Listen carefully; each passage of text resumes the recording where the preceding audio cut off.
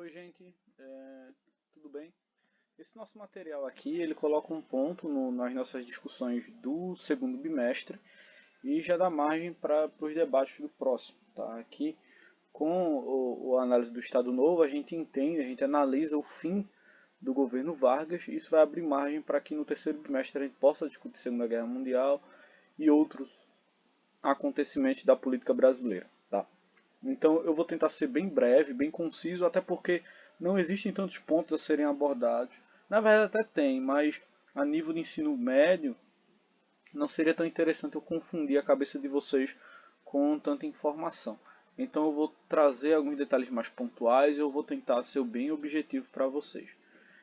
Até a aula anterior, nas últimas discussões, a gente conversou sobre, primeiramente, o movimento tenentista da década de 20 e a gente foi se esticando e analisou ali a Revolução de 30 e duas fases da Era Vargas. Lembrando que Vargas assume de 30 até 45.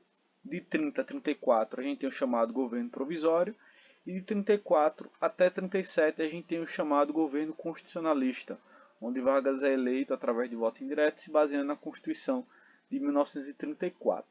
Né? A gente vai ter todos aqueles movimentos relacionados à intentona comunista e etc., até que a gente chega nas eleições de 1938, né, que estavam chegando perto.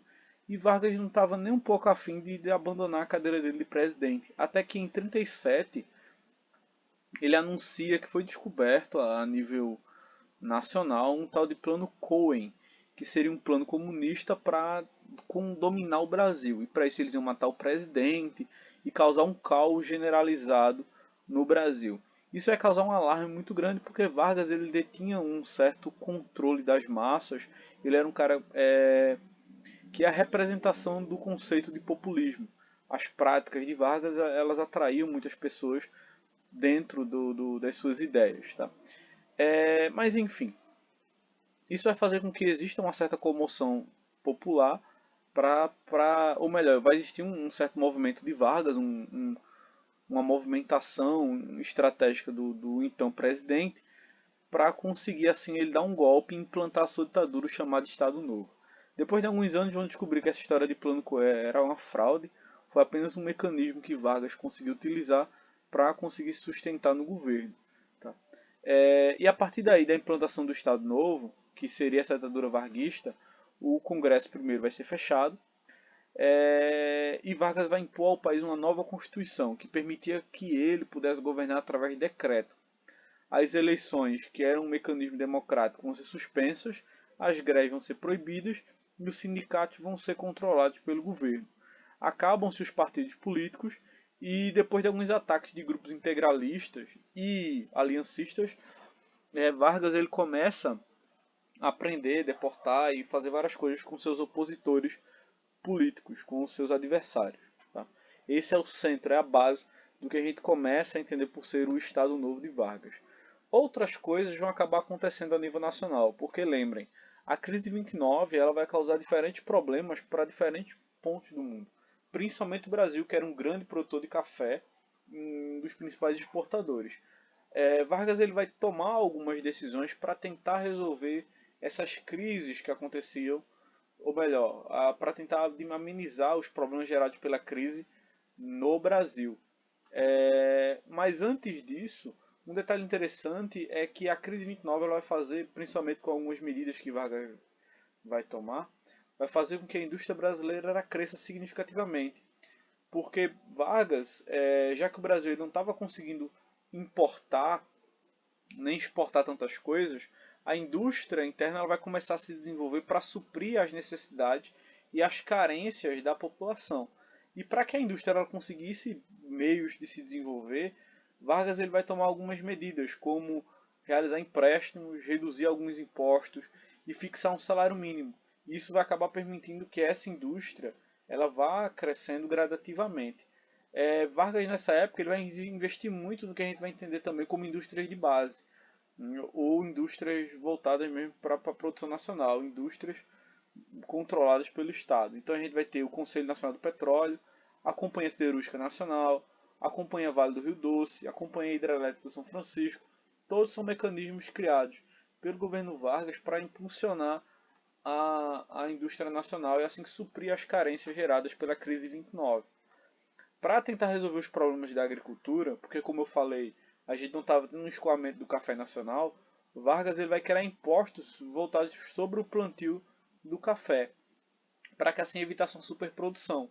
Porque se não houvesse esse tipo de imposto, esse tipo de cobrança, os cafeicultores continuariam produzindo na falsa esperança de conseguir vender esse café futuramente. Isso ia causar uma superprodução, esse café não ia fluir e ia acabar gerando problemas para a economia. Então, para evitar essa queda da agricultura, Vargas ele vai pensar nesses mecanismos ali, criando impostos sobre o pé de café. Outro elemento muito importante que vai fazer com que Vargas ele ganhe o título de pai dos pobres muitas vezes é que ele vai ter uma preocupação considerável em cima das leis trabalhistas, criando a primeira CLT, né, que no caso seria a consolidação dessas leis para o trabalhador, e isso em 1943. Isso estipulava uma jornada de trabalho específica, determinava o salário mínimo, determinava as rotinas de trabalho, lei de insalubridade, vários aspectos importantes para a vida do trabalhador que mais para frente vão ser adaptados em outras leis trabalhistas, inclusive depois na Constituição. Então são bases que surgem no governo Vargas que vão se perpetuando. Tá? Isso vai ajudar muitas classes da população. Outra coisa que Vargas vai ficar muito famoso é pela criação da DIP, que é o Departamento de Imprensa e Propaganda, que era responsável por veicular nas escolas cartilhas falando sobre a história do presidente, programas de rádio como a chamada Hora do Brasil, depois chamada de Voz do Brasil. Tá? Vai estar censurando jornais que tentavam diminuir a imagem do presidente, além de programas de rádio, etc. Então, a partir da DIP, Vargas ele vai conseguir um mecanismo, um recurso para montar a imagem dele. Isso é clássico de governos populistas e ditaduras que tentam puxar o povo para perto de si.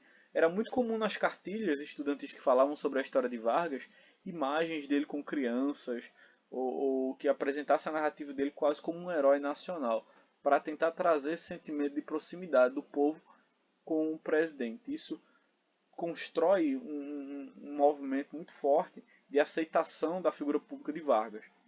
Até que a gente tem a queda, o fim do governo varguista. Porque quando o Brasil ele entra na Segunda Guerra Mundial, várias críticas vão começar a ser feitas ao governo Vargas. Porque o exército muito se falava, principalmente os jovens da UDN ou de outros grupos estudantis, que os jovens estavam saindo do Brasil para combater as ditaduras do exterior. Mas era necessário a população começar a combater a ditadura interna, que era a ditadura varguista.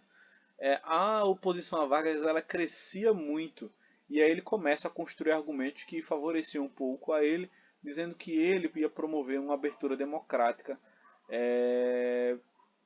iniciando assim pela liberdade até de alguns presos políticos. Só que isso se tratava todo de uma estratégia por trás para que ele conseguisse se manter, porque ao mesmo tempo que ele falava de uma abertura, ele também promovia certo incentivo a movimentos do queremismo, que era uma corrente que vinha crescendo muito naquela época, uma vertente popular que idolatrava e pedia a permanência de Vargas no poder. Vendo que essa oposição crescia muito, algumas forças civis e militares vão se reunir para tentar quebrar essa hegemonia de Vargas. E aí, em 29 de outubro de 1945, vendo a possibilidade de acontecer uma deposição de um novo golpe, Vargas ele vai acabar renunciando ali para que não ficasse tão feio para ele assim, e o Estado Novo ele chega ao fim. Né? Daí para frente a gente tem o início de uma nova fase na história do Brasil, que é a chamada, ou melhor, a experiência democrática nacional. O primeiro presidente eleito após isso é Dutra, que por sinal ele foi apoiado por Vargas, e aí a gente vai ter todo um processo político muito próximo ainda a Getúlio, para vocês terem noção. Futuramente a gente vai debater sobre isso e vai fazer mais sentido para vocês. Como essa semana é semana de prova, a gente não tem uma atividade em cima disso, mas eu vou deixar para vocês uma atividade de revisão. Espero que vocês aproveitem. Qualquer coisa é só entrar em contato. Obrigado pela atenção. Até a próxima. Valeu!